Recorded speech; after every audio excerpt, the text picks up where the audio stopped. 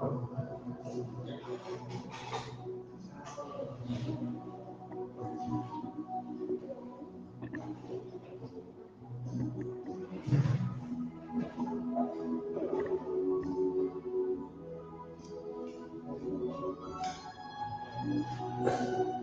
what's up, right? How will we share next?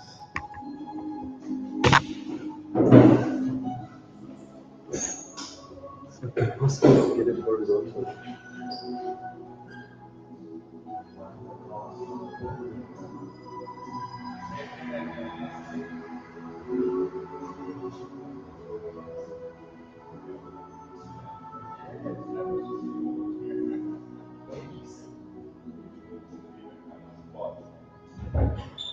She found the bed. Figured it was your pills. I think it does place existed. Oh, yeah. It's just such a little dick. No, I don't think you always close.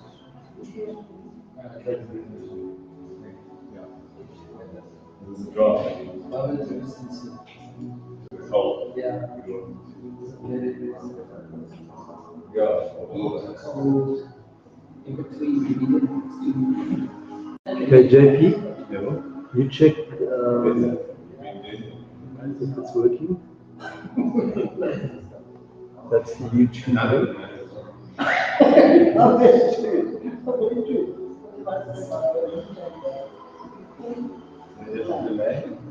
Yeah, there is a delay. Yeah. But that's okay.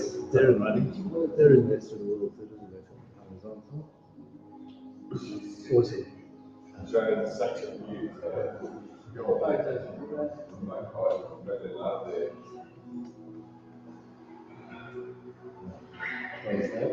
You're going to get feedback probably. Yeah, fine. Stuff can still happen on other levels, you know. Android. Or maybe like there's a lot of pushing the seat. And also, it's okay. It's okay.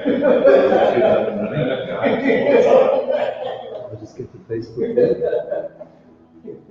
I can pop the YouTube one on the really, your gadgets release a lot. Check. All that sort of I think there is.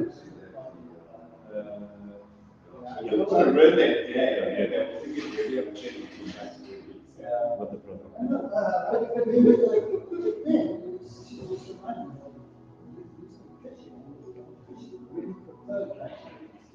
Do you recognize something you could do that? Okay, do you have Facebook? You can. Yeah, I'm running. That's right. Awesome. So we good. I changed the images as well on my profile. Yeah, So it's enjoying my colleagues. the best I can do right now. Facebook doesn't show up, but the YouTube one. I remember one time I threw my line in. Okay. You mean the like the stuff? Strong. There is potential. It's. I'm like that if I go to the bar. Because this is quite cool.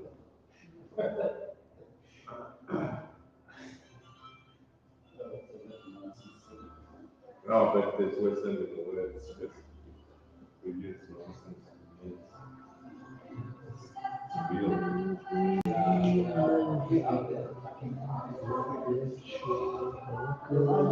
I see that. I'm a man who sold this.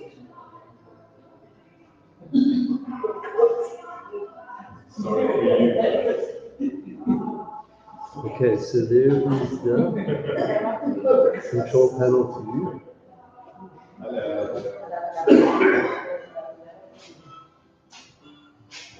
Yes.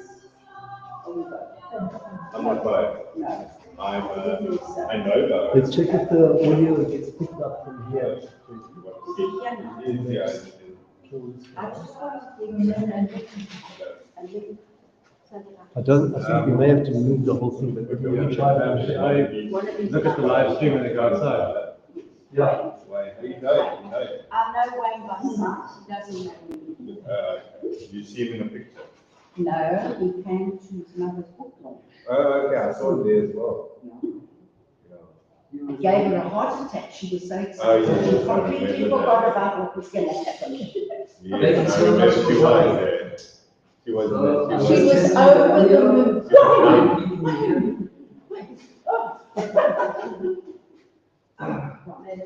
Thank you very much for coming. Thank It's gonna you. happen again. It's wonderful to see you all. Stop that. When we get started, we need to light a candle. Everyone's going to light one candle, but not right now. Let's wait for everyone to arrive. We need about 10 minutes. We've got 7 minutes. Is this a practice one? 6. Mine's 1:53. I'll ask you. I'm always right. I'm a woman. Do you want to light Try running good. Try running good. The jetties out there. Did you hear? Soft. No, the Jimmy was talking in front of the microphone. the hefty ones.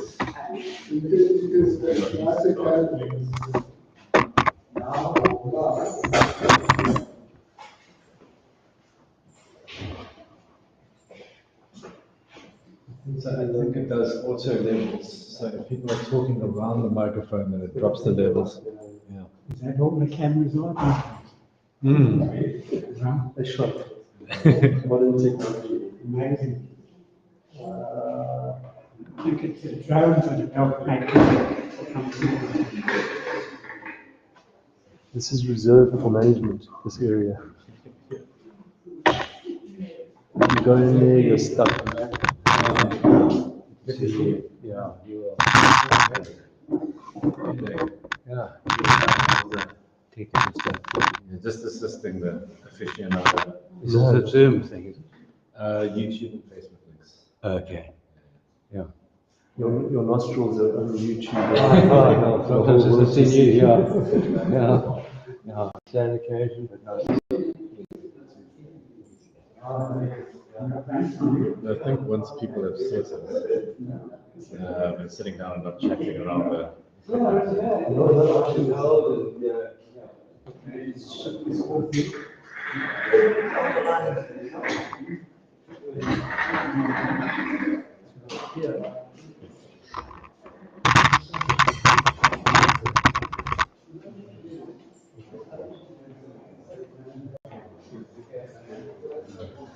You're speaking.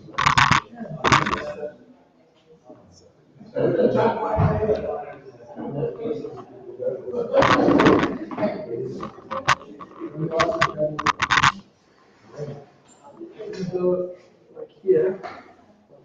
That should be sufficient.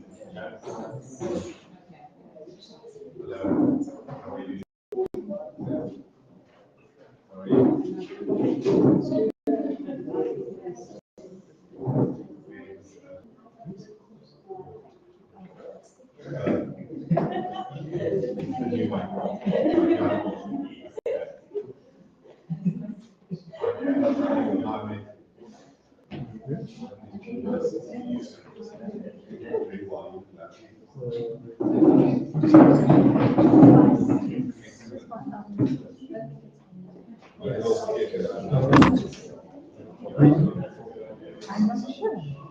But,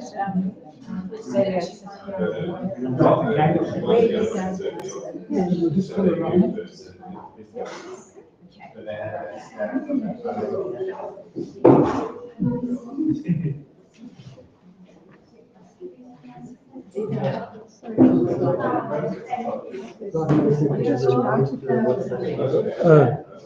Are we all individually? Okay. I'll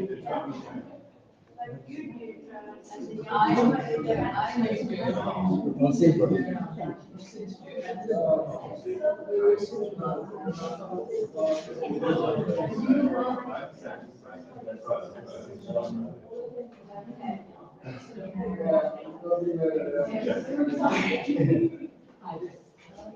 You are. I like that, I like that. Yeah, don't say it too loudly.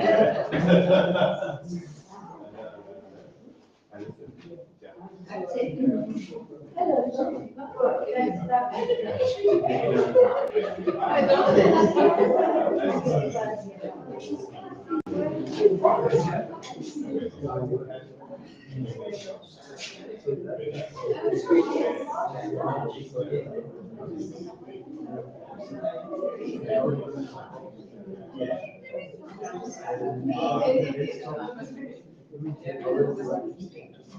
So it's just words. Whatever's on there is on there. Right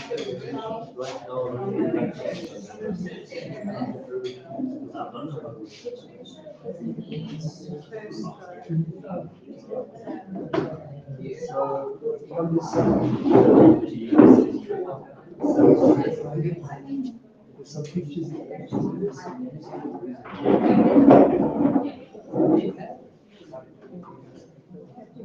I was just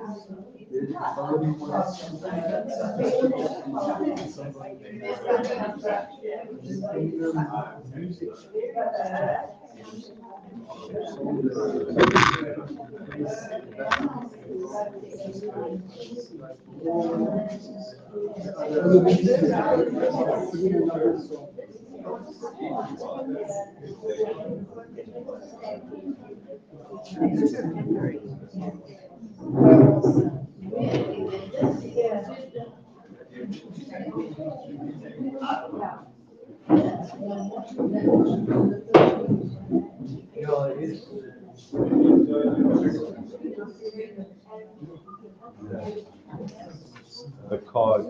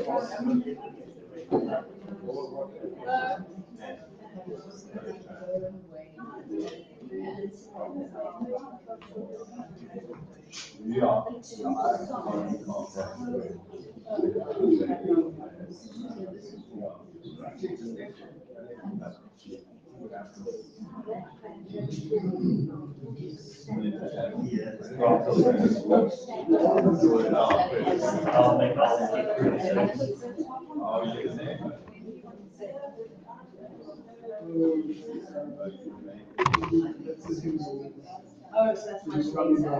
Okay. That's fine, that's fine. I've attached the new one onto the together.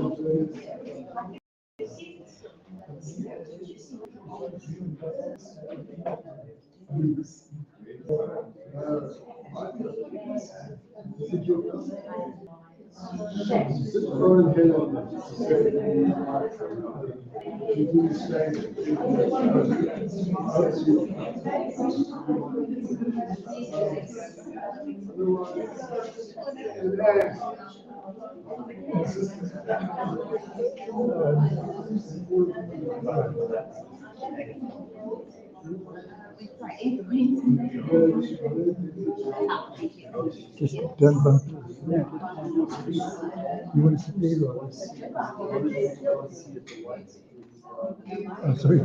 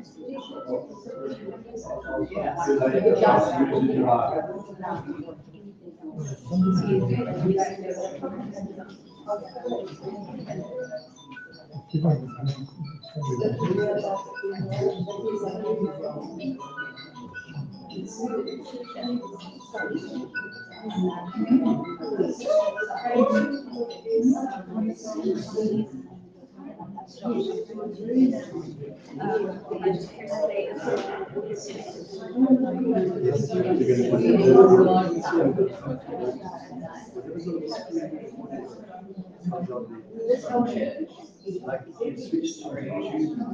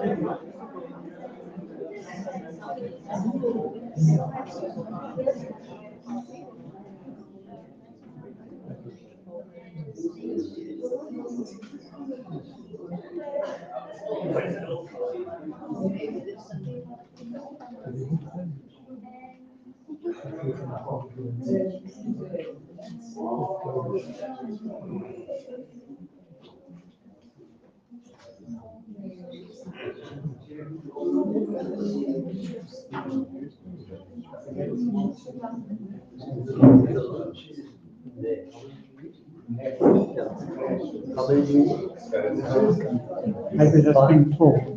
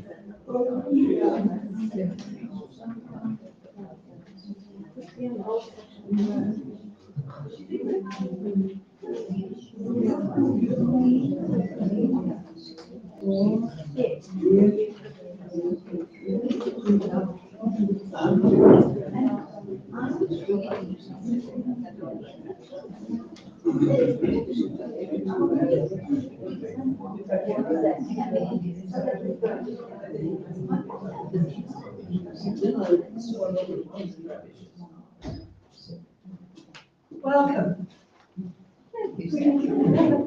Has everyone got a seat? Betty and William, we're going to leave at the front. Would you like a seat? Young man? Oh, look. No, or help yourself to a seat when you want one. So we're expecting Betty. William's just struggling to get her here. Joan's oldest friend.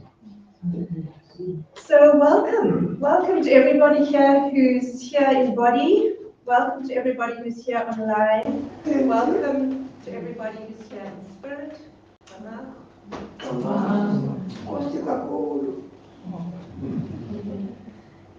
And I just want to check from the online perspective, do we need to check anything in terms of how loud I'm talking, the lights, is everything okay tech-wise? You all know online, if you've got any problems, just message JP directly. And he'll see what he can do. Welcome and thank you to the friends and family of Joan. Here's one of the friends. Come in, have a seat. Are there more seats at the back? Yes, we'll We're find a giving place. these for Betty. Of course, no, we'll find a place. And William. Oh, here she is. Yay! Pause for a minute. We'll pause for a minute.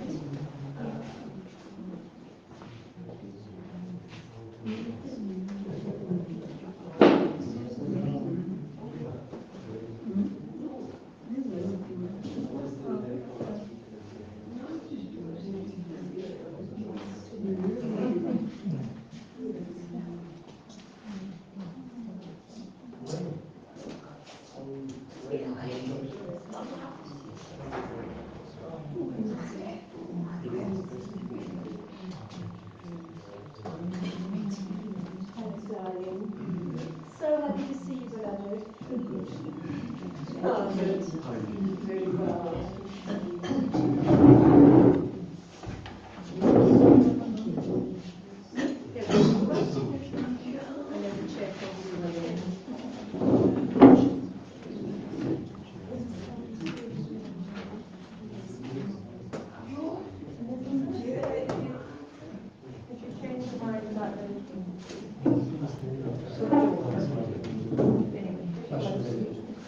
I'll just put that chair to make it more difficult for you. So I'm just going to go back a step, which is welcome and thank you to all of Joan's friends and family who are here in person, who are here online, and who are here in spirit. Of the family, we've got Bowen, Wayne, Luke, and some of Luke's family is here to represent Luke. I'm so short-sighted. Sorry? And then, and some of it online, and Anne and Anne's family we've got online. And then the extended families, the children of the children. Joan's got great-grandchildren, their nieces and grandnieces who are also online. There's in-laws, but they're more outlaws than there are in-laws. Outlaws are like me and Rita and she and Fran, and we're outlaw in-laws. And then hopefully online as well, we've also got Winnie and her daughters, who's another mother alongside Joan, who helped raise the children. Amongst the friends, we've got old and new friends from Joburg and from Cape Town. We've got Betty here, who is Joan's oldest friend. Not that you're that old, but you've known Joan since, how old were you when you guys were friends? Kindergarten. Kindergarten. They were actually friends in kindergarten. And many other old friends as well, Anne Lawton, Anne van der Rit, people who both Joburg and Cape Town friends. So Betty, for example, helped Joan meet a lot of her new friends, introducing them to the garden club, the friends club. So Betty was a real bridge because she moved here first. And then so many recent friends who have stepped in a way that we're so often speechless as a family. We've been so grateful to have this incredible love and support of people who've only known Joan for a few years, yet have still loved her deeply, taken care of her, been brilliant neighbors, Scrabble players, tended to her wounds, physical and psychological. And I feel that she really, not despite, but because of the challenging, really difficult things that Joan went through in these last few months, people really rallied around her, and she deeply felt it. She really felt it and appreciated it. And that was a big gift. Not that, there's always difficult things, but it was a huge gift for her to feel so held. Her final months of life was so cosseted and so held and so loved in the hammock of your love. And then their carers, there were so many people that we called on professionally, from the doctors, from the physios, to the carers who sat with her day and night. I don't have gifts here. I'm very short-sighted, I apologize. I might smile and nod at the wrong people. And Nosi and Kwezi, who were there 24/7 during the last weeks of Joan's life. She really had incredible care, and we are so very blessed to have had people who've showered such love on her. And we're so blessed to have had her in our lives. And then last but not least, of all the cats in Joan's life. She has had many cats. And just when we came here yesterday, there was a little Pilo look-alike that came and visited us all. It was just like Pilo, who we found a happy home for. So these are the people that are present here in body, online, and in spirit. Thank you for being here today.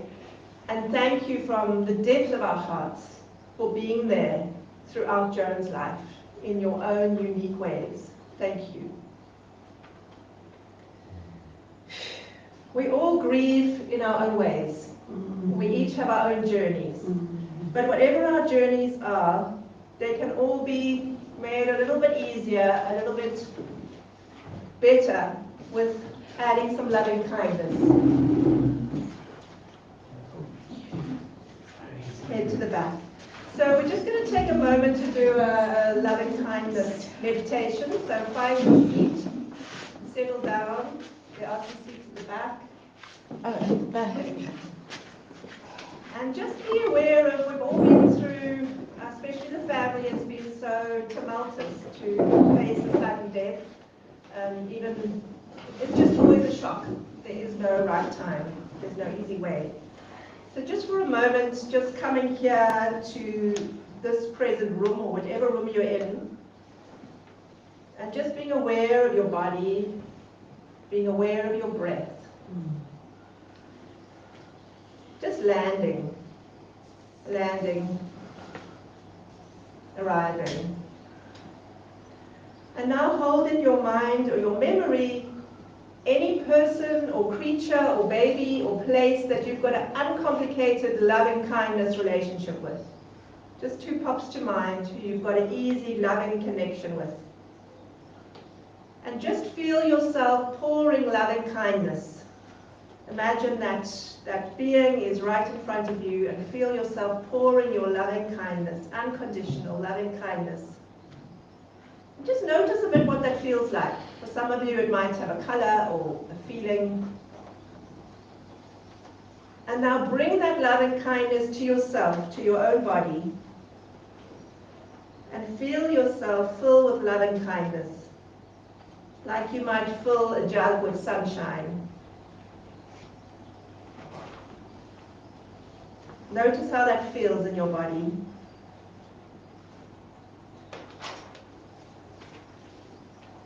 Now feel Joan in front of you. You can look at her picture if you like. Allow your loving kindness to flow to her. Shower her with your loving kindness.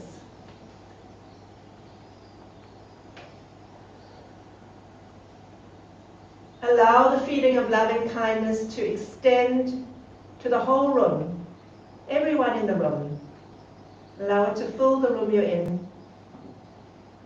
Allow it to fill the rooms of all the people and the hearts of all the people that are here online and the people that are here in spirit. Extend that loving kindness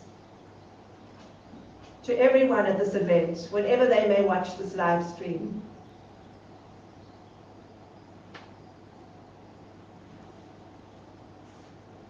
Now imagine that you are holding the earth in your hands, a little blue-green globe. Shower this little globe with loving kindness.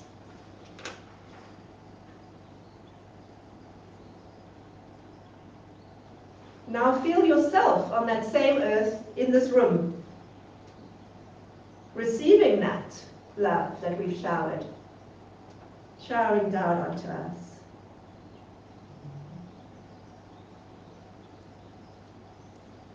And now be aware of the unique love that Joan has for you, and allow yourself to receive that love. Just stay a moment with your unique connection.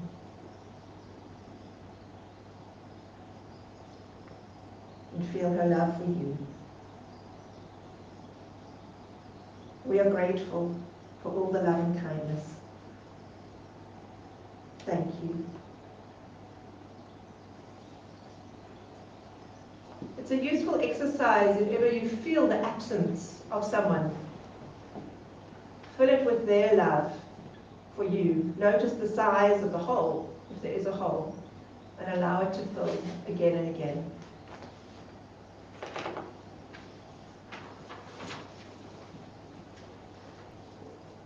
Now we're going to have talks from a few of the family, interspersed with some other talks, but when it comes to the family, we're going to do it in order of age, starting with young Bowen.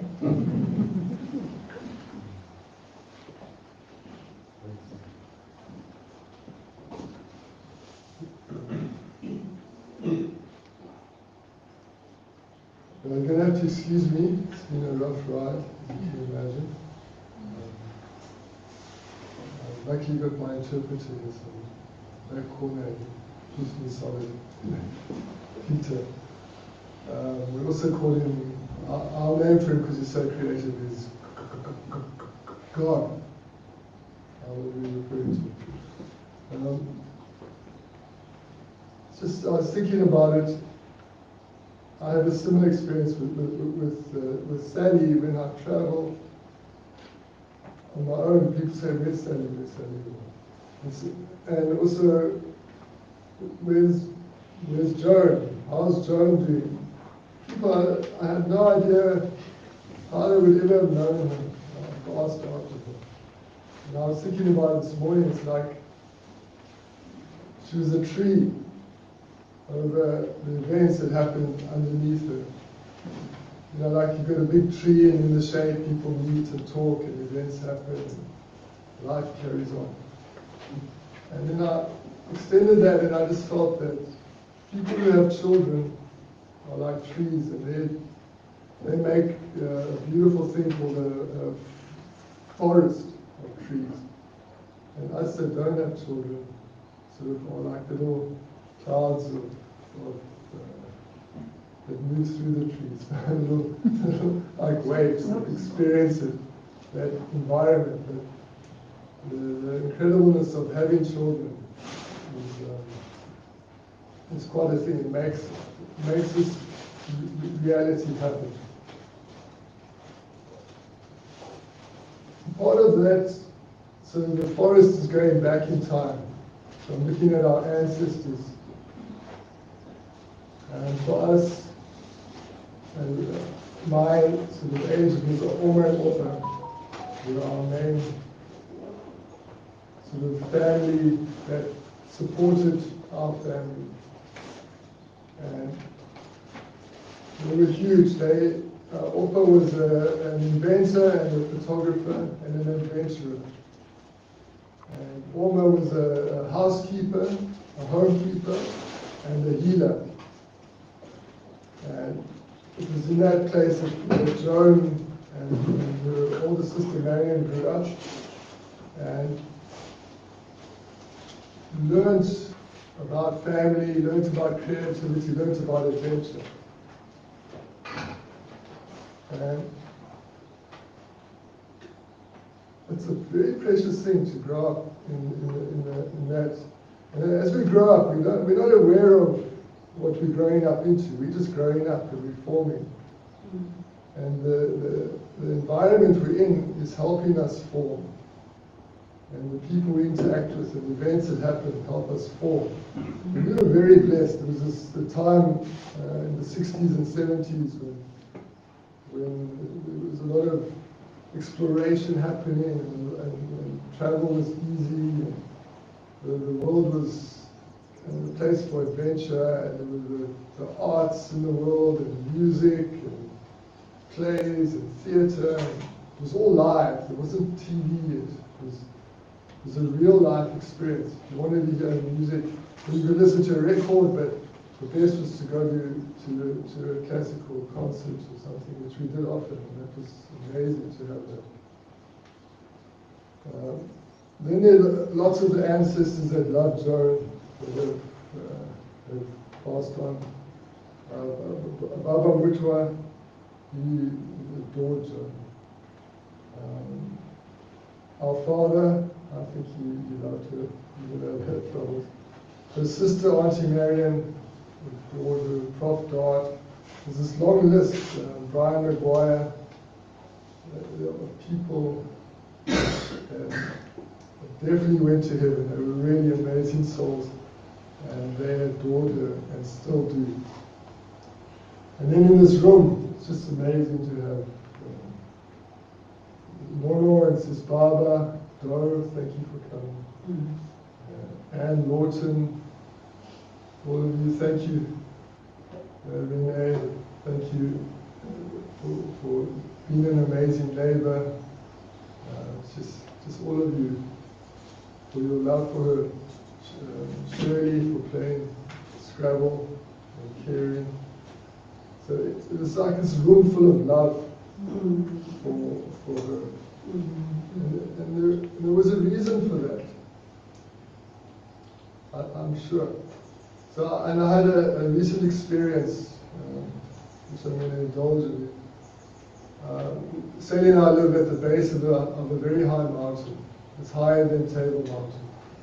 And it's very wild up there.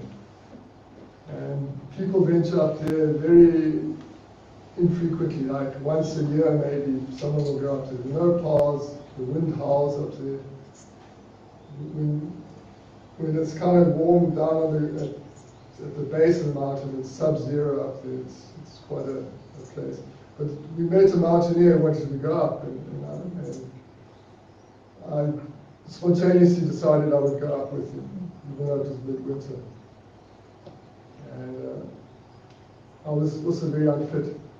And I went up, and going up was a challenge, very rough, and climbing rocks, and up. And eventually getting to the top was euphoric. It was an amazing journey and adventure and a thrill. And I thought maybe it's halfway, but coming down was 95% of the effort. Naturally, I went off route, and we ended up on scree slopes and nearly got into big trouble. Hours extra. We eventually got to the base of the mountain, which there's a wall of cliffs, and there's only two ways that have been cleared by God. We call one God's way and one God's passage.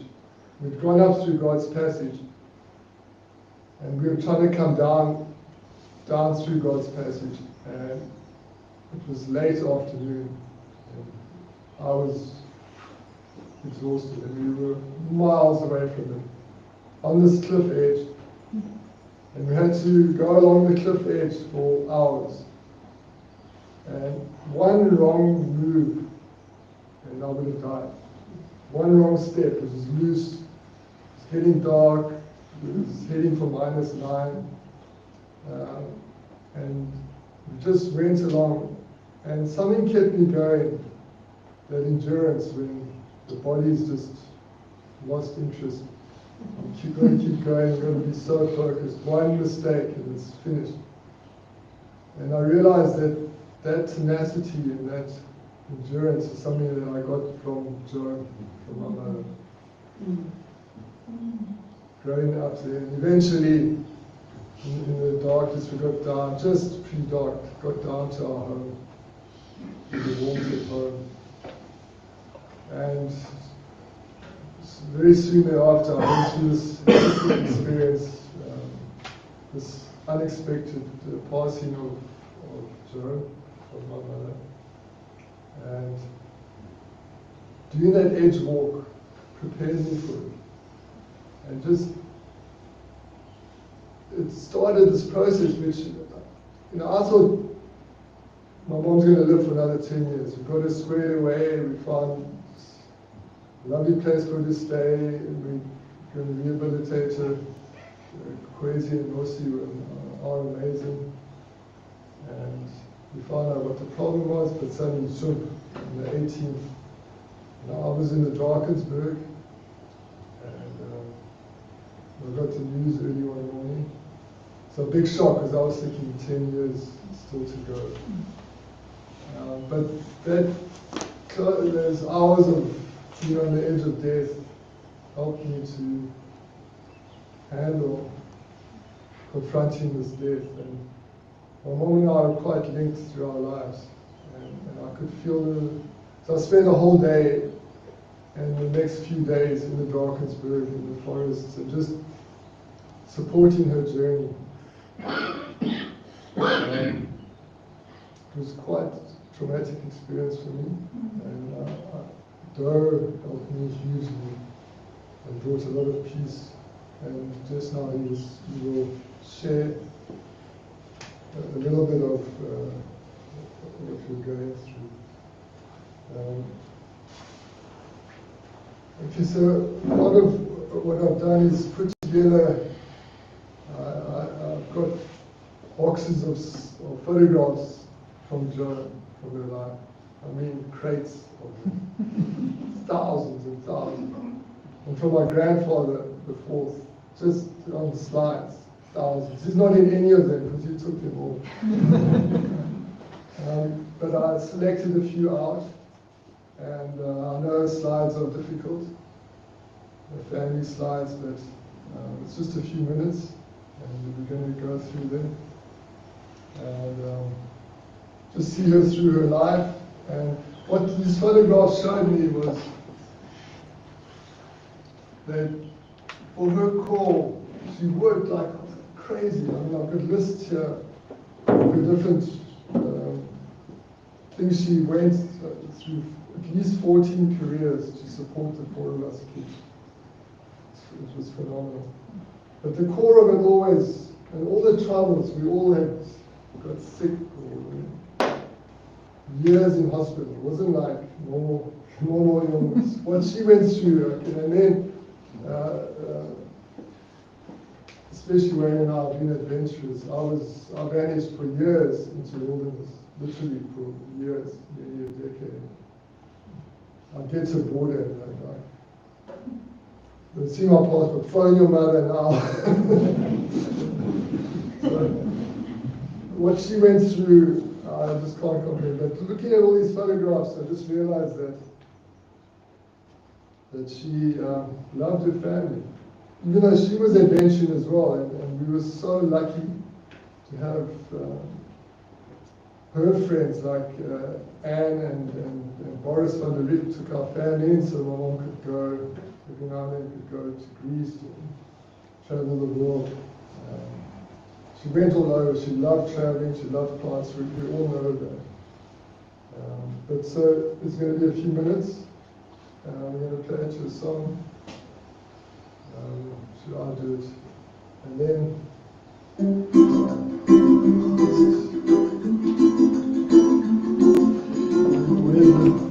Mississippi.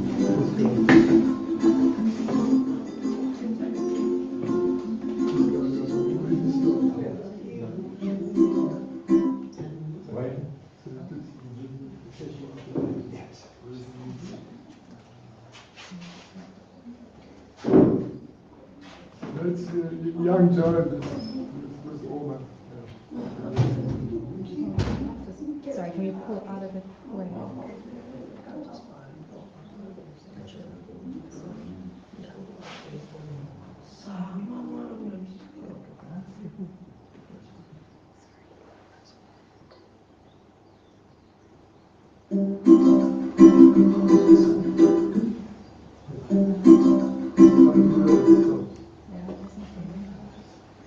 It is doing it.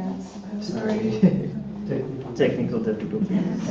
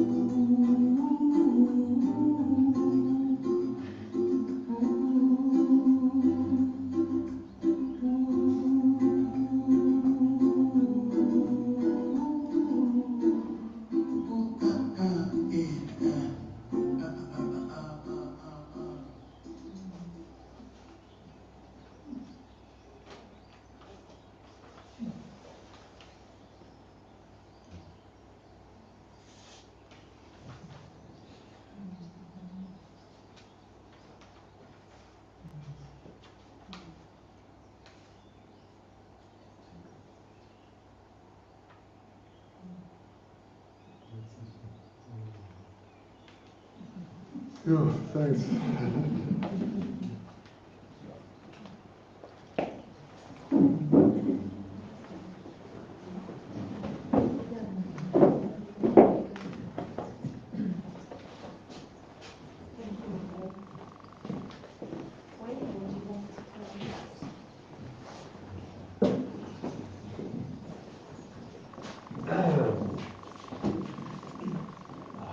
There's no way to prepare a speech for me. It's a huge sea of tears waiting to break. I have to choose my words very carefully.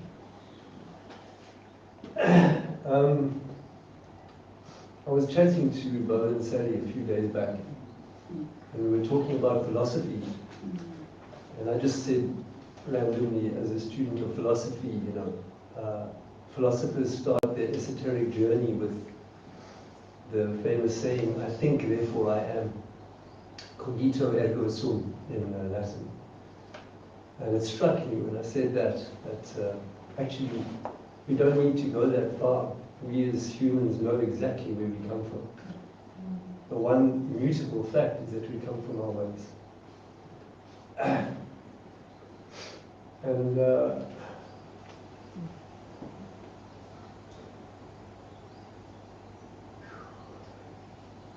our mother was, I just turned 59.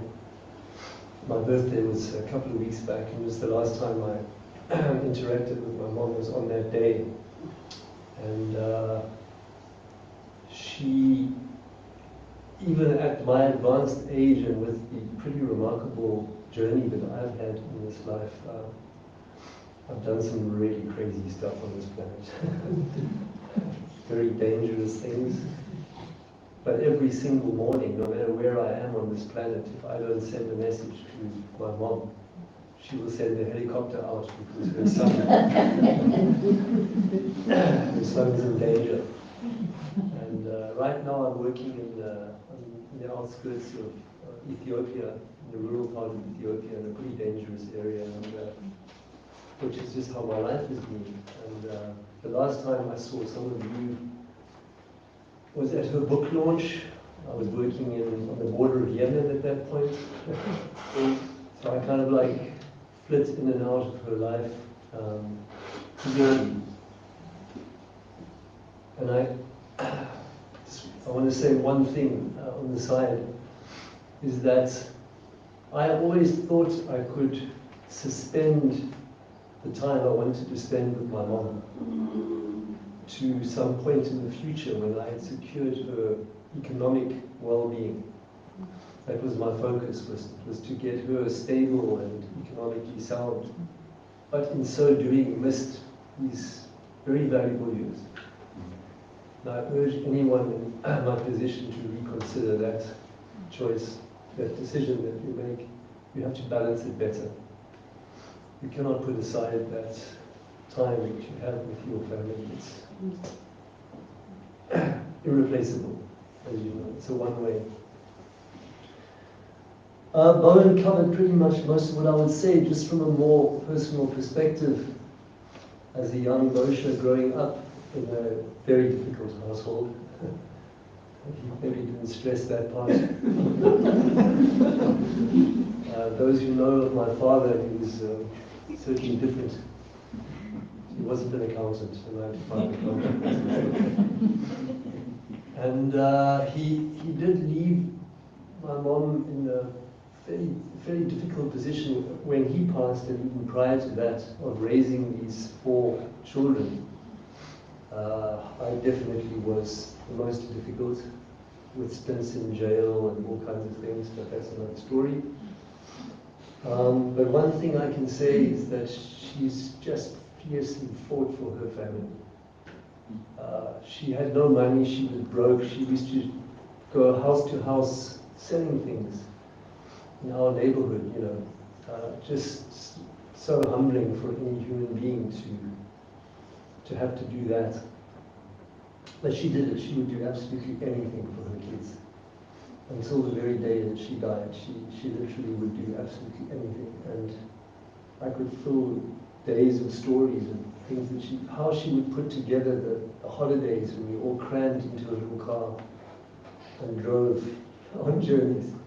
Often didn't make it because the car would break down, but it was part of the journey, it didn't matter. She made that effort, and she made that effort at a huge cost. It was for everything.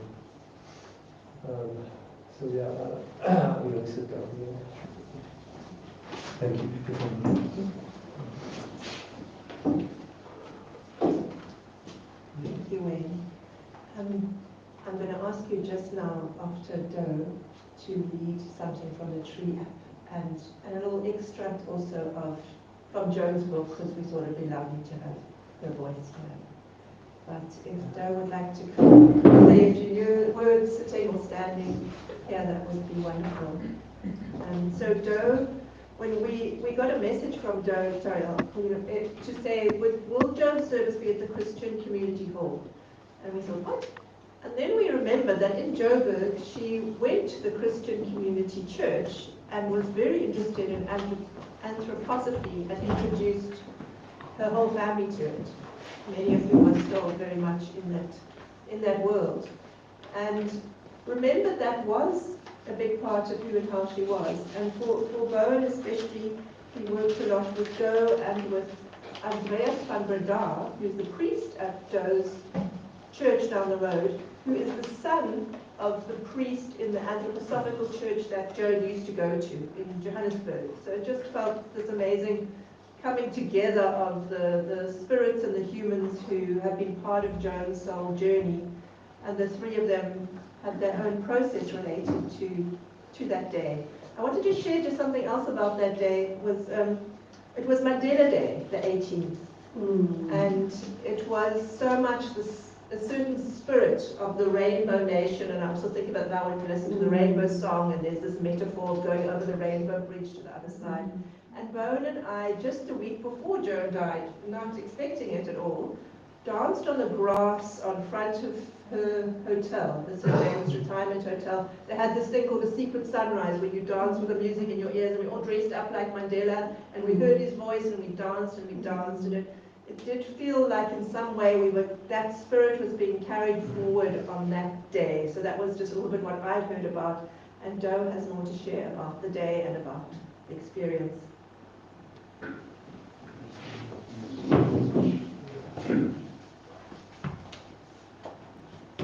If it's more comfy, that's also a good spot. You can go. Chairs also. If you need a chair. Okay. Bowen, Wayne, Sally, friends of Joan. My heart goes out to the very time Sally was just talking about. I met Joan when she was still very involved with anthroposophy and Dr. Rudolf Steiner's work. And she was doing pictures, painting, and drawings for Guy Vertam Ames, who was in charge of Fauna Natura. And there was Joan doing these amazing pictures. Yeah, so that's where I met her in a completely different circumstance, so-called anthroposophy, you know. And then I taught also anthroposophy at that time. I was a lecturer. And Bowen used to come along with his bare feet and come walking in, and I'm teaching eurythmy, you see. This man amazes me. He just comes in, sometimes he comes late, but he's no apology, he just walks in, and there he is, he joins in. The most incredible man. I thought to myself, who's this guy? You know? And only later I realized the connection, you know, with this man and Joan. Only much later. I didn't put the two together. But I must say that the two fit very well. So now, I have been asked to say some words of wisdom that come out of some of Steiner's work, perhaps, some of you might know about Rudolf Steiner, was a very famous clairvoyant. And he spoke a lot about the Bible, but from a very different point of view. So if you're expecting to hear something from Rudolf Steiner that fits into Orthodox Christianity, I'm sorry, that's not going to happen. Well, what I want to talk about is Steiner's references to certain passages in Revelations. Wow, you know, Revelations is quite a thing. Now we know that Revelations, this comes from a time after the crucifixion of Christ, and he was already ascended, and he was overshining John the Baptist. Well, John the Beloved, but some say he's connected to John the Baptist. So he was overshining him, and he's dictating to him something about the four horsemen. I don't know if you're familiar with the four horsemen. Well, four horsemen, it's coming in, it's in vogue, or trending, as Wayne says. No, Wayne, your friend over music, he keeps talking about trending. Well, the horse is an interesting imagination, because I call Steiner's work imaginative. Now, the horse was tamed so that humanity could tame the intellect. The horse and the intellect are synonymous. So when there's this talk about these four horsemen, they're incredibly interesting indeed. So, now the first horseman, I'll tie all this back to Joan in a moment. Just give me a moment. I'm not giving you a talk on anthroposophy, but just follow me on this horseman story. Because now the horse, you see, the first horse is a white horse. And on this white horse sits a rider with a bow. And, well, you could read Revelations to find out what that means. The second horse is a red horse. And the one on the horse, riding on the horse, is swinging a sword on the red horse. On the black horse, now you have someone completely hooded, sitting like this, and he's holding a scale, weighing. That's the black horse. And then the final horse is the pale horse. And the pale horse is someone who wields a sickle. Wields a sickle and ready to harvest. It's a harvesting human being. Now, what you don't know, and now I'm going to connect it back to Joe, is that these four horsemen are connected to four planets. The black horse is connected to the planet Saturn, and Neptune is connected to the planet, to the pale horse. And the red horse is connected to Mars. Now, if you have any feeling for esoteric understanding, you will know that planets have quite a lot of deep meaning for the soul life of people.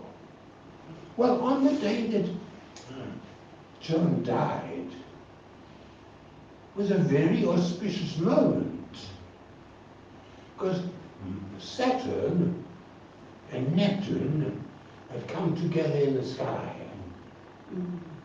and there they were in the sky, and when Bowen phoned me, I thought, wow, she's chosen a very auspicious moment, extremely auspicious.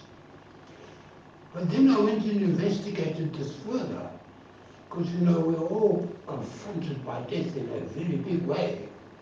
And the glorification of death comes through the teachings of Christ Jesus, because he overcame death.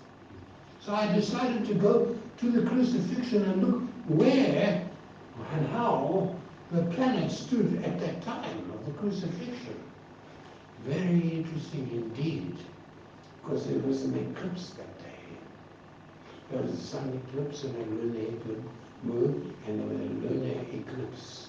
So they have to line up.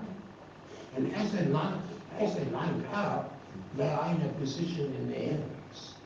Well, that position was 2 degrees of Libra.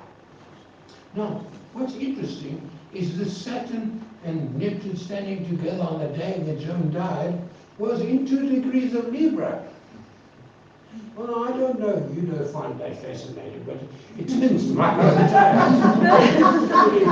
it turns my heart inside out. Because I go, whoa, well, this is very interesting indeed, you see. Because here's the man that overcome death, and here's Joan making transition into the higher worlds. And Bowen was very concerned about the hygiene around the transition, you see. So I got involved with all of that a little bit. And but the interesting thing is, today, Mars has come around, creeping around, creeping around, creeping around. So here's Saturn and Neptune in the sky in 2 degrees of Libra. Here comes Mars, and now today, a very auspicious grouping of people here, because Mars brought you in alignment with the very angle that Joan died, 2 degrees of Libra, which is the very place that Christ had to endure the crowning of the thorns.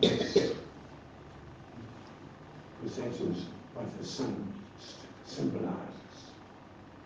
So now I would like to say that I'm not reading the importance of this, but I do find it fascinating indeed, because Joan was a person that I knew with great integrity.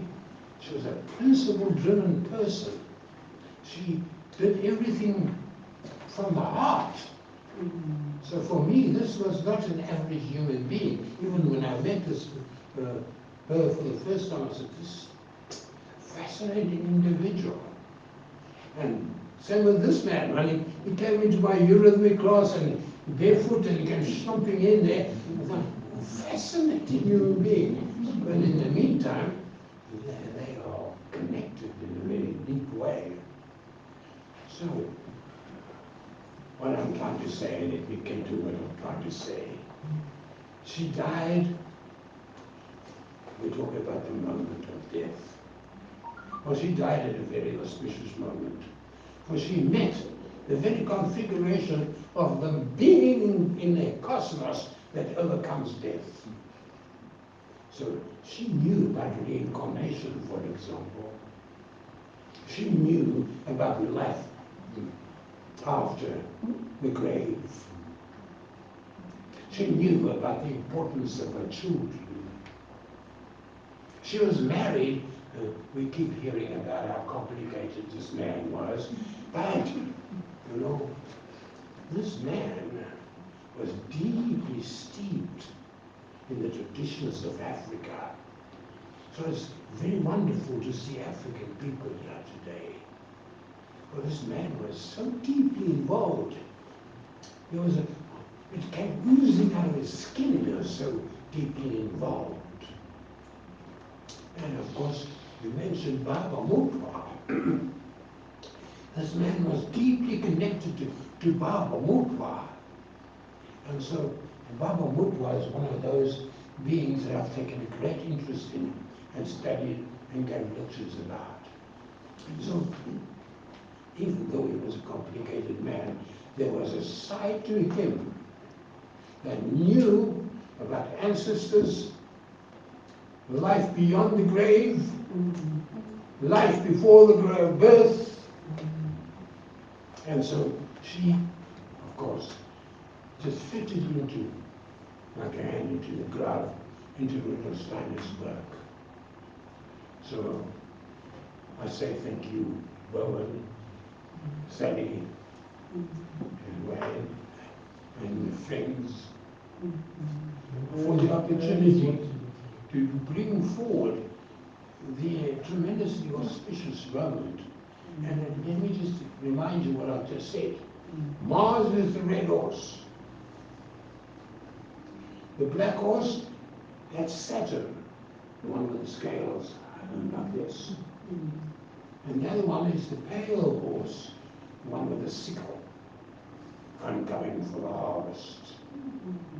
These are all aligned in the heavens at this moment, and we are gathered under their auspicious alignment. But this alignment of the 2 degrees of Libra is intimate with the crucifixion of Christ Jesus. Bless you, beloved Joan, and family, and friends. Thank you.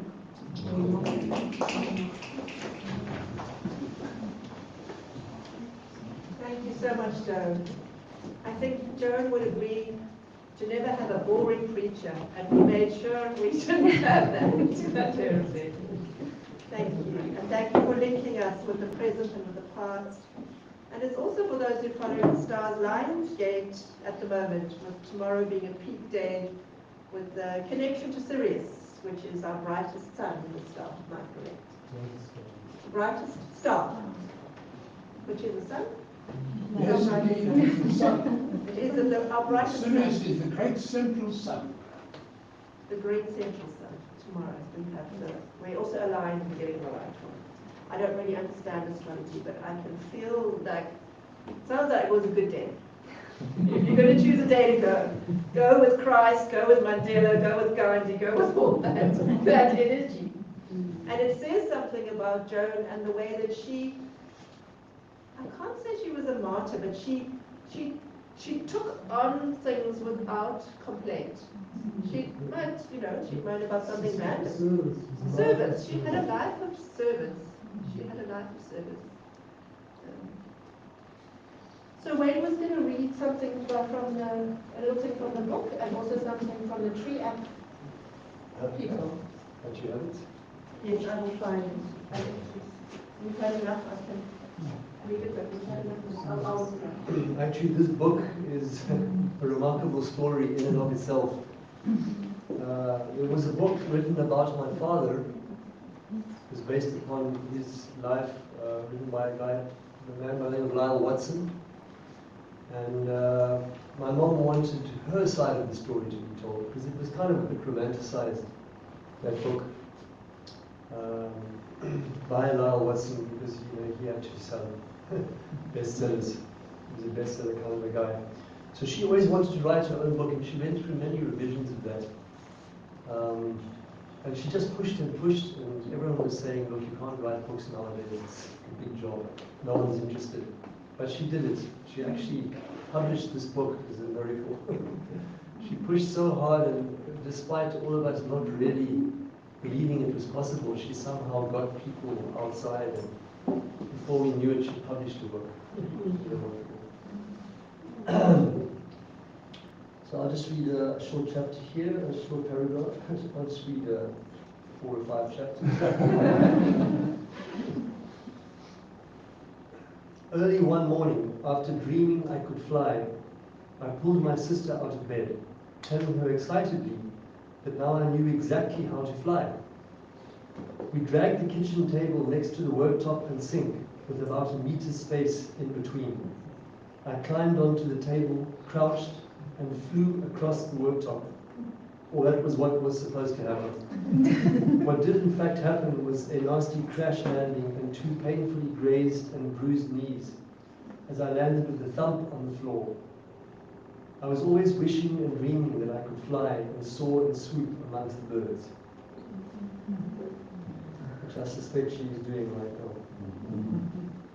When we were at one of Joan's last messages to Bowen and I, when we went to the Drakensberg, was I wish I was with you. And then the next day she was, and we both had we were high up in the mountains with these big valleys. We both had such impressions of her flying.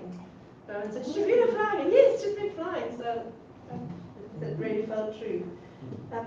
This is a message from the Tree App South Africa team. I don't know if it's too small. No. So another amazing thing about my mom, for those who don't know, is she was an artist.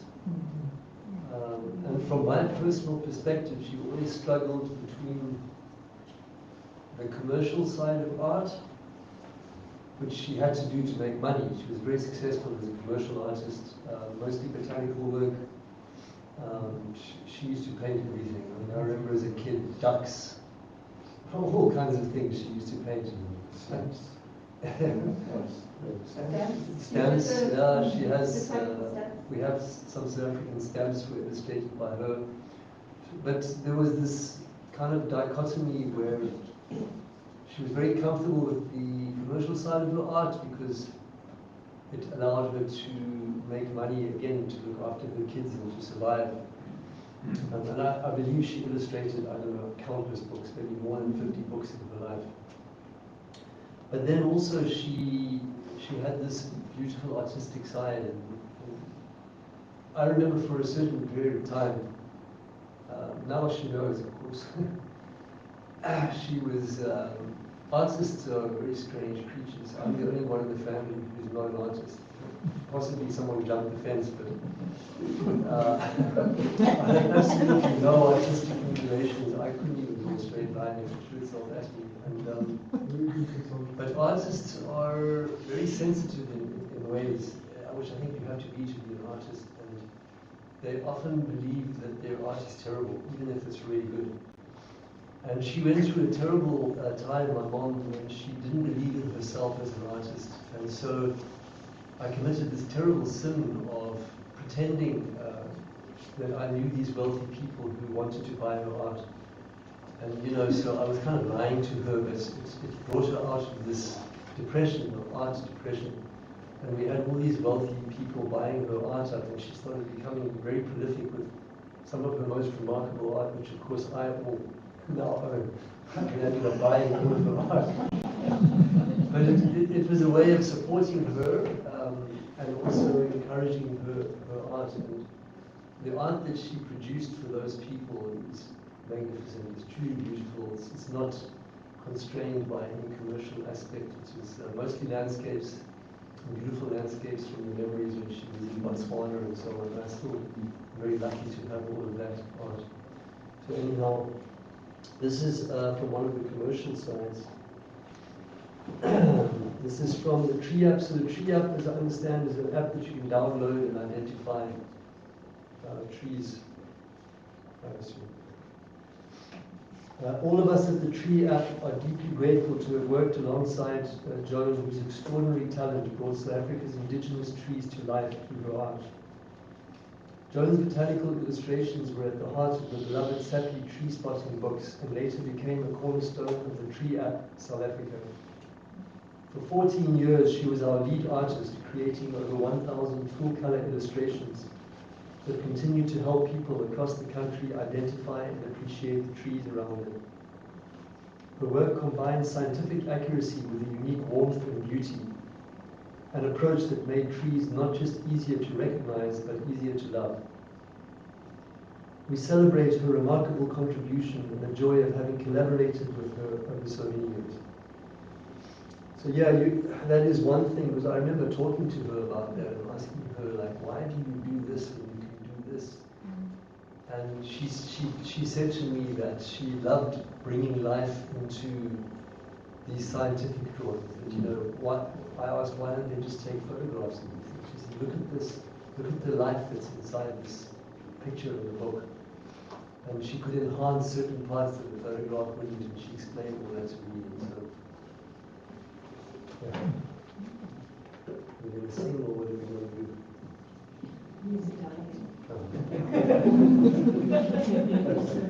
They want to roll. But we will sing. Not yet. We're gonna. I don't know. We don't have any messages directly from Luke, so we'll move on to Luke's children later. But we're going to have a message from. Well, it's going to work like this because Roxy, one of Luke's children, is going to represent Anne and read something from Anne. So in order of age, we've got, what do you want to say, Matthew, Mark, Luke, and John. Wayne, Luke, and Anne.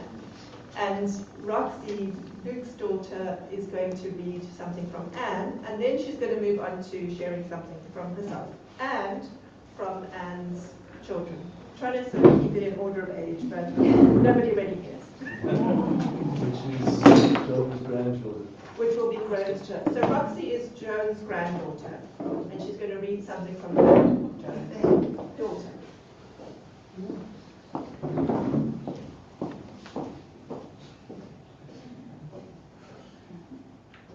Okay, as I'm personing Anne now.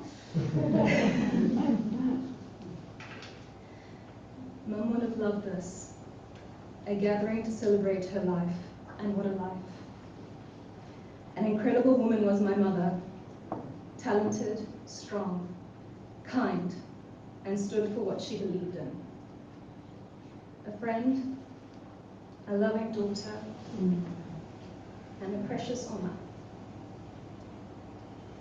For me, I have lost my mum, and my heart is broken. She was my rock, my champion, and no matter what, she was always there by my side. It is a privilege to have her as my mother, and the loss is profound. This too will pass, were her favorite words, spoken so often, and they steady me. And I can hear her saying them now, and maybe in time it will. But for now, I grieve.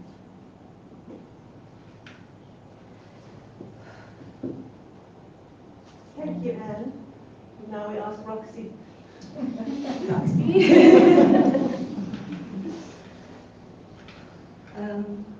Oma and I had a bit of a different kind of relationship. She was there right in the beginning of my first 2.5 years, and then for a time she wasn't, but weirdly still was. She used to send me these beautiful cards that she painted of fairies, and I think to a certain degree it kind of brought magic into my life, and ever since I've always just loved the fantasy side of things. And to say, I guess, a thank you to her, I wrote a poem. May your dreams of whimsy guide you to your lush garden of magic. Let your beautiful glass-like wings grow and embrace the crisp moonlight air as you soar above enchanted irises that bob and sway to the night's melody. Watch as silver powdered moths flit and dance with the firefly fairies and flicker to life the day you took your first breath. Lay your body still in the sacred forests and listen to the tales of ancient times, almost forgotten, while the baobabs whisper to the fading stars above. In the cover of the loosely knitted grass, rest your adventurous soul. As the first blush of a new day warms the sky, and you become one with the earth again.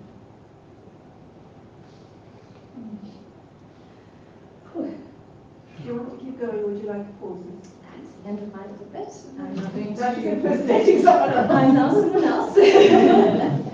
I'm going to play two recordings. The first one is Montana and Holly's, and the second one will be Josh. Thank you, Anne, for your beautiful speech. Thank you, Roxy, for your beautiful poem. Somehow, in the craziness of poetry, like the emotions just go.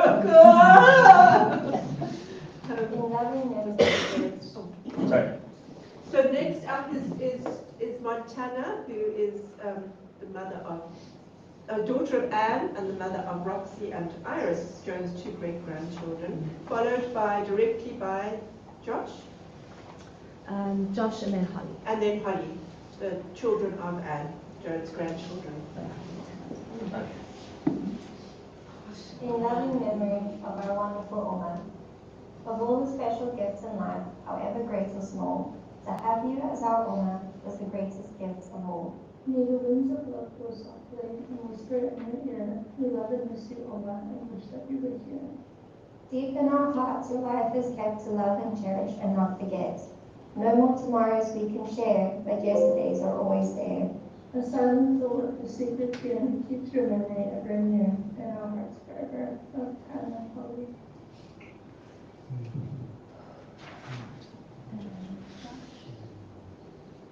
Dear Oma, one day we shall all have to go on the journey you have just gone. But time stops for no one. You may no longer exist in the body you were born, but I still see your presence in me, existing in a different form. You always use the word love sparingly, because you only said it with emotion and integrity. For to you it was something to be said seriously. I will always love you, my dear Oma. I miss you immensely. Love, Josh.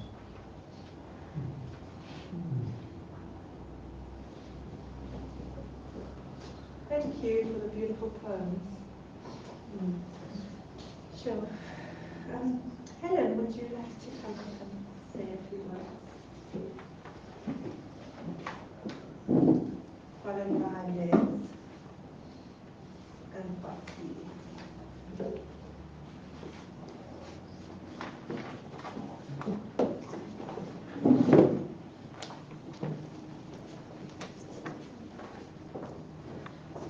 Yeah. I haven't known Joan so long, only the past few years, through our Marina de Gama various friends. I greatly enjoyed her company and I miss her a lot. I suppose it was a quiet, gentle personality, but it was also that she was such a fascinating person.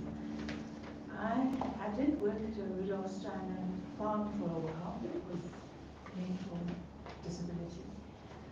I just found her an amazing and wonderful person. I loved talking with her about her artwork, her interest in antiques. She had a house full of wonderful things. Gardening, listening to music, classical music. She was always interested to talk about family, as was I, so we talked about her children and grandchildren. And she was always interested in my family as well. I don't find it easy to talk about my faith, but sharing our beliefs with each other is important. And is an authentic person, part of who we are. Joan wasn't a churchgoer, although she believed in the Christian faith and she prayed. I used to say to him, she said, I pray every day.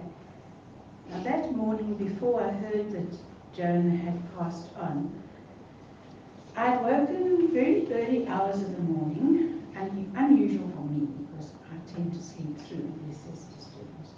And I felt under spiritual attack, as if there was a great big attack happening around me. You know how it is when you wake in the early hours sometimes. But then Jesus Christ's words came to me that the gates of hell will not prevail. I went to sleep. So that's why when someone said, will I say a few words? I thought, yes, I will. This is what happened that morning when Joan was busy dying.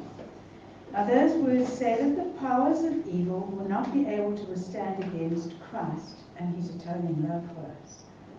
The gates of death cannot withstand Christ because he has broken through those gates. And he's come back from death victorious. And as can we because of him. He was the ransom for the sins of humankind, as the Son of God was the only one who was powerful enough, pure enough, to defeat Satan, the evil one. Paul, writing to the Romans, chapter 8, nothing shall be able to separate us from the love of God. For I am persuaded that neither death, nor life, nor angels, nor principalities, nor powers, nor things present, nor things to come, nor height, nor depth, nor any other creature shall be able to separate us from the love of God, which is in Christ Jesus our Lord. I just wanted to share that. Thank you so much, Helen, for being such a rock in a time when, throughout these last years, but particularly when Joan went through a major crisis and it was just this absolute rock. And none of us were in town at the time, and you were there for her, as many of you were, but as this absolute loving family. Teresa, her name, I feel if I start naming people, I'm going to leave out people. But there were so many of you that were there for her in a way above and beyond what most families do for each other, and we are forever grateful to you. And next up we have Les, who is part of her friendship group, her supper club, and who is her favorite, if I might say, I might be corrected, her favorite dancing companion. Judging by the photographs I see with them at Wild West, the Vegas, doing the hokey. Brilliant. So, but let you speak for yourself. Thank you, Les. Thank you for that introduction.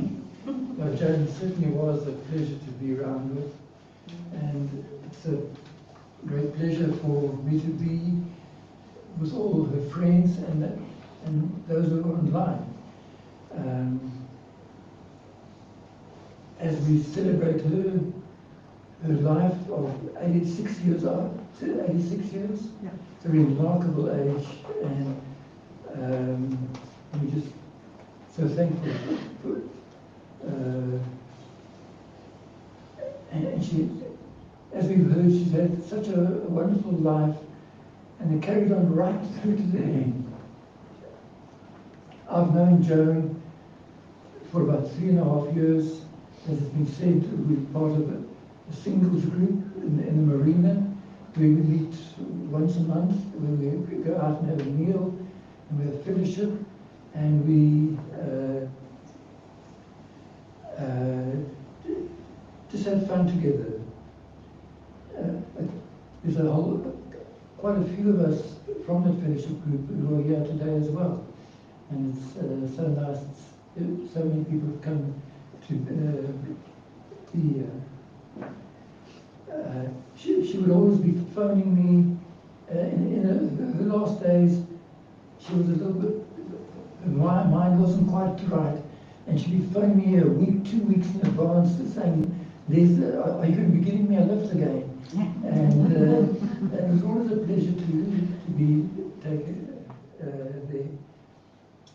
And it's also been said that we belong to another group at the St. James Hotel, where the first Friday of a month we have a theme evening, and there again, Joan was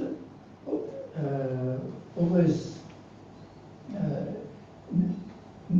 she never missed an opportunity to go to St. James. We would have some fine dining and dancing, as we explained really, and she loved to dance.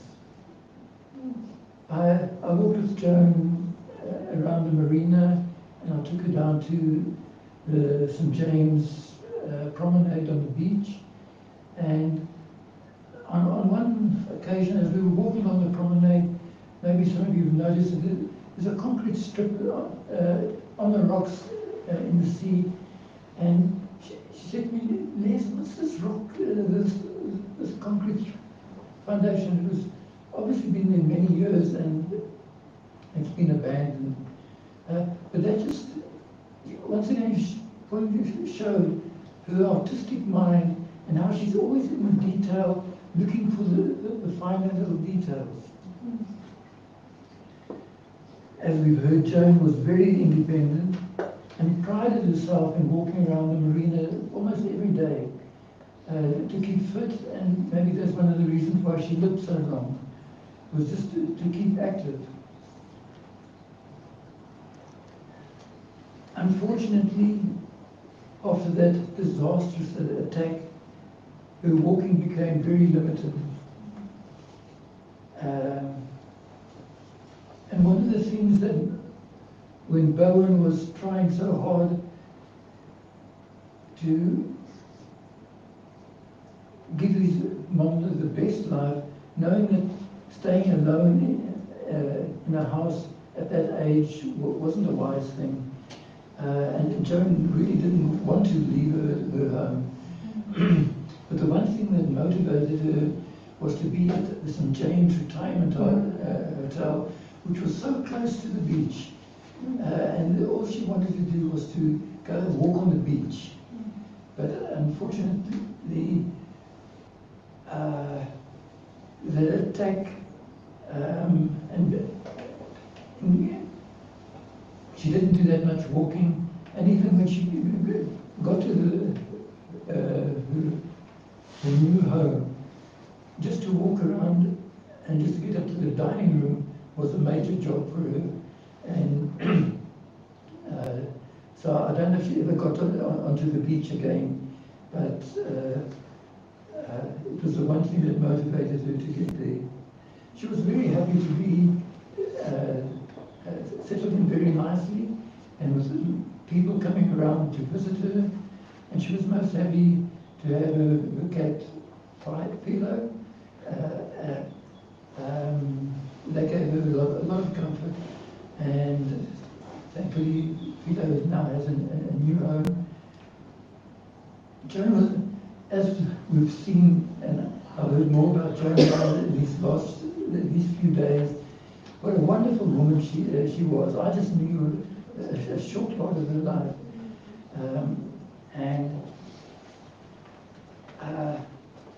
And the way she brought up her children, and to see the love and dedication that Bowen, Sally and Wayne have supported Joan in these last days to make her life the absolute best that she could have had. That they've spent no time, effort, or finances to have been a real blessing to Joan, and we will applaud you for all you've done.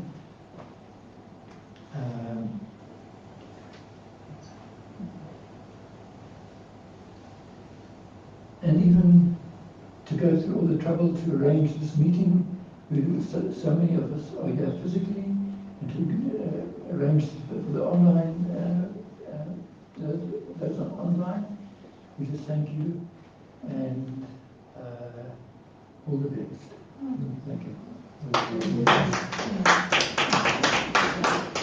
Thank you so much, Les, for your words and your friendship.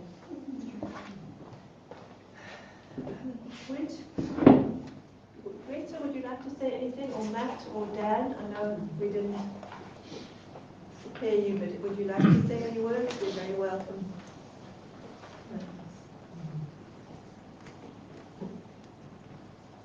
Then I'm going to read something from my mother. She's had a bit of a hard time with a fall,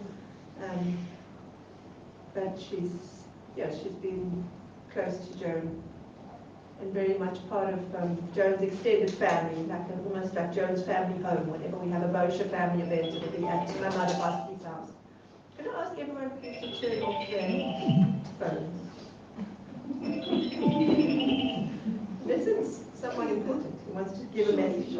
No, good. Joan has been in my life, so this is from Bosky. Joan has been in my life for a few years now. Sally, Bowen and Joan came to supper with me regularly, summer and winter, birthdays and Christmas. I loved and I love Joan, which was mutual. I have a string of adjectives which come to mind when I think of Joan. She was unassuming and modest, an acclaimed artist, botanist and author, a good friend and loving mother. My adjectives are sterling, stalwart, modest, generous, brave, a trooper, humble, appreciative, funny, fun. I really love Joan.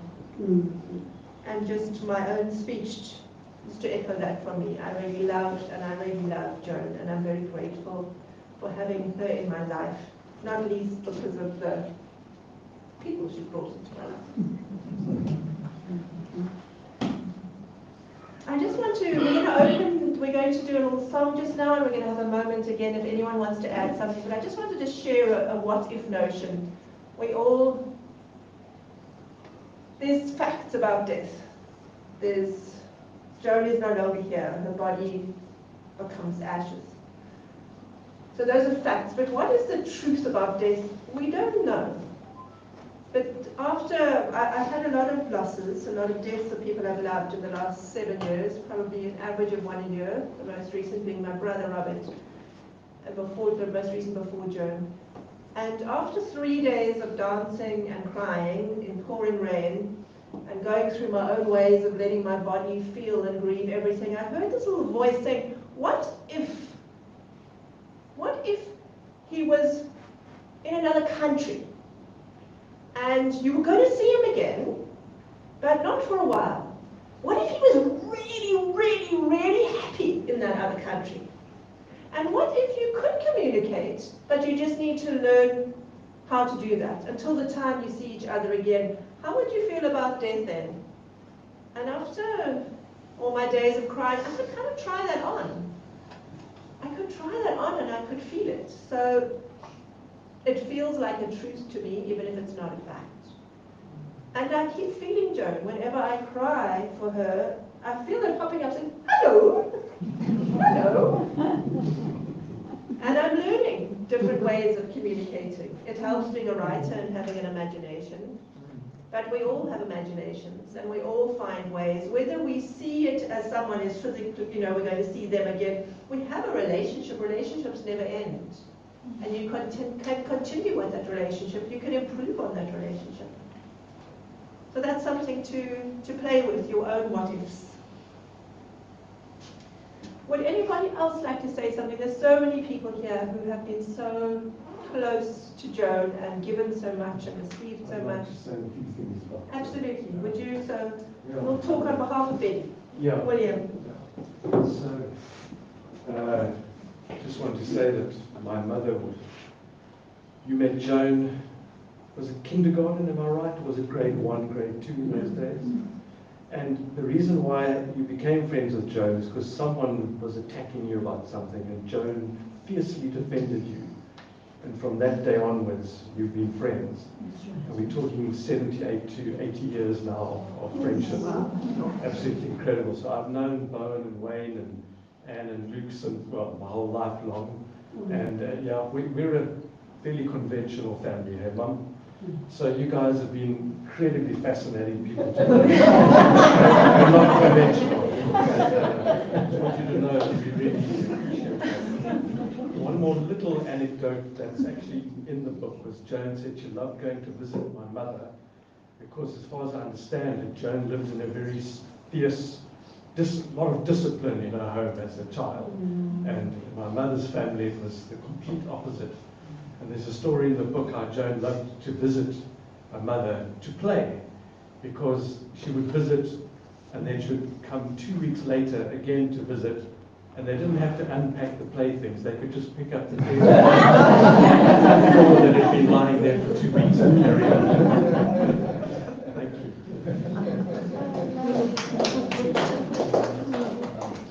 Thank you, William. Thank you, Betty.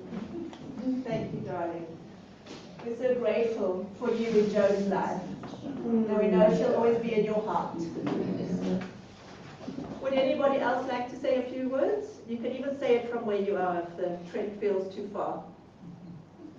Please introduce yourself as well.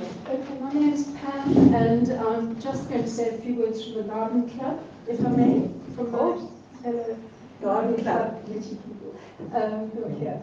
Just to say that Joan was a stalwart of the Garden Club in Marina de Gama. She was regular, she was very valued, very loved. I was lucky because on our outings she would habitually come with me in my car, so we'd chat, and we had a little gang that used to sort of travel together. We had a lot of fun, and she talked a lot about her children. And she talked about Betty, so I know about that childhood. She really valued that. That was a big thing for her.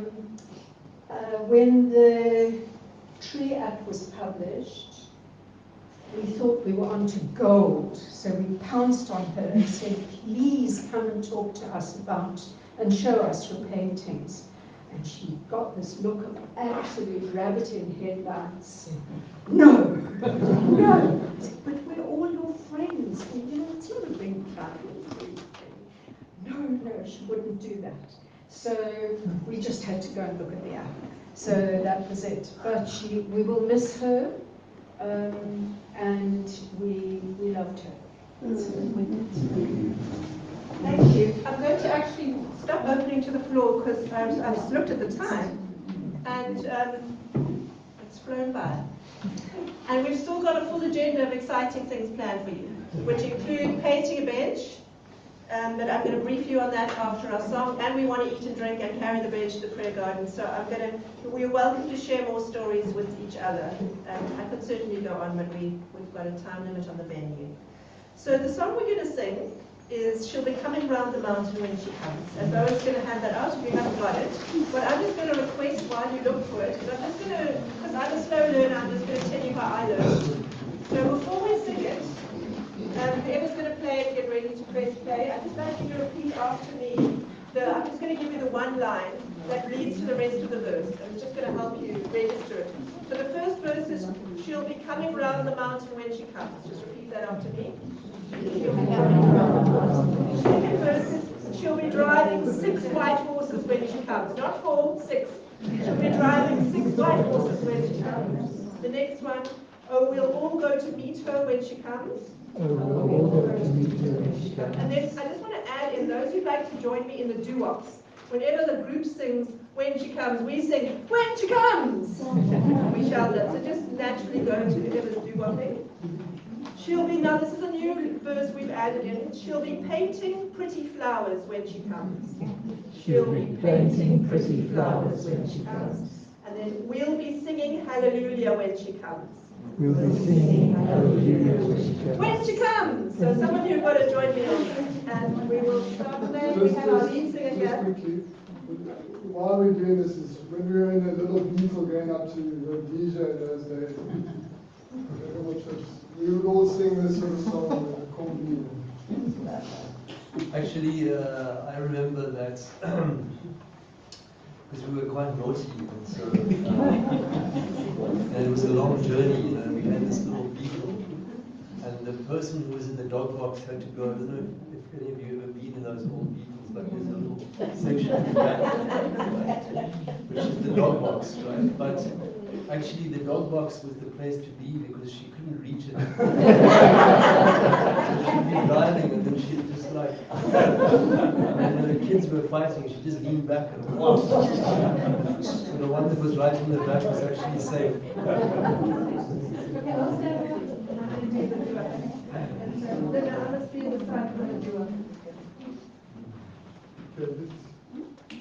Hit it. Hit it loud. She'll be coming round the mountain when she comes. But they sing it so beautifully, we don't need that. Shall we let them speak after? Okay, you guys have got it better than our recording. Hit it. Yes, do that again. Yeah, just go. She'll be coming round the mountain when she comes. She'll be coming round the mountain when she comes. When she comes. She'll be coming round the mountain. She'll be coming round the mountain. She'll be coming round the mountain when she comes. When she comes. She'll be driving 6 white horses when she comes. When she comes. She'll be driving 6 white horses when she comes. When she comes. She'll be riding 6 white horses. She'll be driving 6 white horses. She'll be driving 6 white horses when she comes. When she comes. Oh, we'll all go to meet her when she comes. When she comes. Oh, we'll all go to meet her when she comes. When she comes. Oh, we'll all go to meet her. We'll all go to meet her. We'll all go to meet her when she comes. When she comes. She'll be painting pretty flowers when she comes. When she comes. She'll be painting pretty flowers when she comes. When she comes. She'll be painting pretty flowers. She'll be painting pretty flowers. She'll be painting pretty flowers when she comes. When she comes. She'll be singing hallelujah when she comes. When she comes. We'll be singing hallelujah when she comes. When she comes. We'll be singing hallelujah. We'll be singing hallelujah, we'll be singing hallelujah when she comes. When she comes.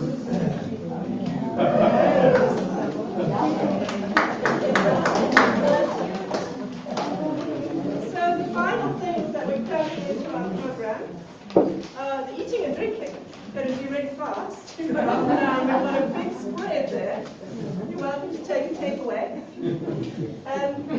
But the next thing to do is to paint a bench. Now we have a brilliant world-renowned artist who has painted some vines, I think, on the bench. And will set up for us, if he hasn't yet, I'm hoping he's listening, and I'm hoping Bowen's maybe listening too, to just have on a palette, Bowen or the artist, paints that's really mixed for us, some pinks, some yellows, a couple of colors that are out there on the palette, there are paintbrushes there, and we just want each of you to paint a heart, as if it's a flower, a pretty flower on the bench. And then we are going to, so you can only get 4 of you at a time on the bench, the rest of you shovel in what you can. And then once you've all done your parts, make sure you've all done at least one heart on the bench. We're going to carry it down to the prayer garden.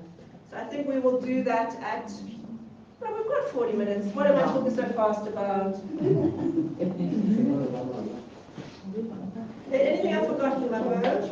Oh yes, the trees. So we have the wonderful Luke is going to plant 48 trees, which is making it very easy for us to paint a total of 86. We're missing about 12 or so, which Wayne, whatever the number is missing, Wayne will get those trees. So we're guaranteed we're going to have 86 trees. Between what's an avenue on Luke's property on his reserve, and Flatbush, which is a reserve nearby, we're going to have 86 trees. And we've got 3 big trees that we have brought today to plant. We're not going to actually plant them because they're still going to locate exactly where they are, because there are a number of big trees which have been killed by borer beetle and have to be chopped down. And the conference organizer is very sad about that. So she was extremely excited when the boys went and brought some really big trees that will start to fill that gap. Really? Tall like you guys. That's amazing. Most of the other trees that you guys are sponsoring are going to be smaller saplings, and we've got a tin somewhere that says cash for trees. Thank you so much to all the people who have put money in the summer. We're still going to bring cash, pop it in, and it'll go towards the 86. There won't be excess. Just a quick word. Online people, I'm going to bring the camera closer. We'll just replay the images so that you can just see them. Of the slideshow. And if you could play it with that music. When we actually carry the bench, we've got a song which is Harry Belafonte. I'm just telling you the words now because they'll just happen. Which is, won't you sit down, sit down, sit down, sit down, won't you sit down? And I won't sit down, I just got to heaven, wanna look around. And so we're going to play that when we do the bench. But for now, what I suggest is you bring it closer, play the rainbow song again. And then this is going to be the end for now of the online section because it's going to get too chaotic. But we will take some photographs of the bench when it's ready, and maybe we can do some videos of it in place. But we don't want to subject you to us eating and drinking. It isn't pretty. But thank you so much to all of you for being here. Thank you so much to the people online. Thank you so much to the people and presences that are here in spirit. And some last words. By the way, why 48 trees? Paul, you can explain. We grew up in the house number 48, which was on the corner of 2 streets named by someone with a very strange sense of humor. We grew up on the corner of Fanny and Nelly. I'll leave it up to you. Fanny's Nelly or Nelly's Fanny. It always rose a smile from our teachers when they used to ask for your address, stand up, what's your address? 48 Fanny Avenue, corner of Nelly. So we're just going to, before you go offline, bring the slide here so we get a really good view of So the bench is going to stay here in this garden where Mom used to come. So the artist, who's quite famous, who shall remain nameless, is charging us for every heart on the bench. So if you don't make one, he's going to do it, and he's really got a large family to feed, it seems. So we appreciate it. everyone made a small art. It would be amazing. Thank you so much. Thank you so much.